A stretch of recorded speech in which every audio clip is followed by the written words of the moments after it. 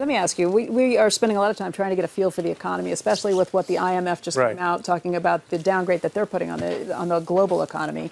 You own more real estate than anybody on the planet around the globe. You've got a huge number of private equity companies, 100 private equity companies that I think employ hundreds of thousands of people. What do you see on the economy, both from the United States perspective and globally?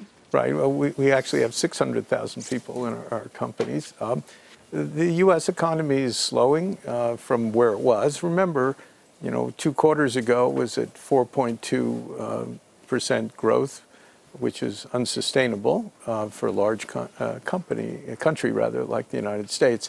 We'll probably grow this year somewhere around 2.5%, maybe 2 3/4. I don't see, any recession. I don't know where that came from the last 2 months of the year. The consumer confidence is down a little bit, which I think comes from some of the dysfunction.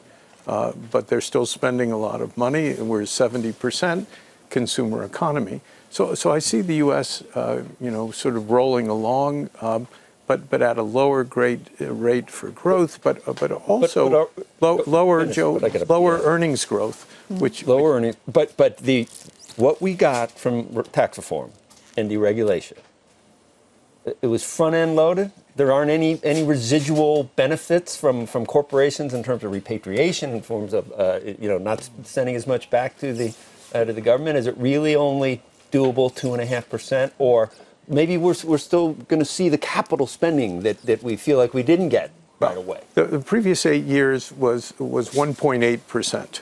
So you think with none of these types of things. Yeah. I'm not an economist. I can't tell you whether it'll be 2.5, 2 3/4.